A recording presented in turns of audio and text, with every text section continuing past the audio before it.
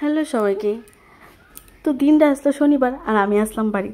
তো আমি যেহেতু বাড়িতে থাকি না, পাড়ার কোনো ইনভাইটই যাইতে পারি না, তো আজকে বাড়িতে আসলাম, মানে শনিবার দিনটা বাড়িতে আসলাম।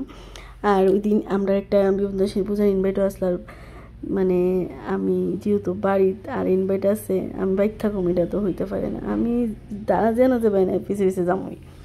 যাই হোক, তো তারপরে আমরা আয়া পড়ছিলাম বিপদনাশিনী পূজার মধ্যে, এনে বইয়ে এসে দাদার বাড়ির সবার সঙ্গেও কথা কইতেছে, আমরা বইয়ে বইয়ে এদিকে একটু ভিডিও করে নিলাম।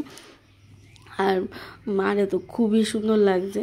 সব প্রতিমায় সবসময় দেখলে ভালো লাগে, মনটা একটা শান্ত অনুভব হয় আমার।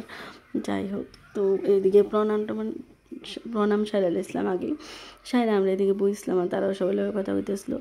তারপরে এদিকে মা ছিল পিছনে, মারে কইতেছি চাও একটু এদিকে। তারপরে আমরা একটু ভিডিও টিডিও করে তারপরে এরকম কইতেছিল প্রসাদ খাওয়া নিলে অনেক লেগে, তো প্রসাদ খেতাম বয়ে গেছি গা। আর প্রসাদে আসলো আমার ফেভারিট প্রসাদ, মানে খিচুড়ি। আর এদিকে দেওয়া নারকেলের লাড়ু আসলো, আমি একটা খাইছি আর আরেকটা কাকির থেকে আলোই পড়ছি। তো ভালোই লাগছে। আর খিচুড়িটা দেখতেই তো কতটা ভালো লাগতেছে, আর খাইতে কেমন টেস্টি বুঝতেছি। তো আমি কিন্তু খিচুড়ি লুবো লুবুই গেছি, সত্যি কথাটা তোমার কাছে কয়ে এলেছি আর কি। তো দেখো আমি কীভাবে খিচুড়ি খাইতেছি, পায়ে আসে এরা, মানে কইয়া লাভ নাই। মানে এমনি খিচুড়ি বাড়িতে রান্নালে ওই রকম টেস্ট হয় না, প্রসাদটা যেমন একটা টেস্ট লাগে। তারপরে এদিকে খিচুড়ি টিচুড়ি খায় কাকি, তারা পান না খেলে তো হইতো না, এরা পান ছাড়া থাকতে পারে না, পান টান খাই নিল। তারপরে আই বললাম বাড়ি।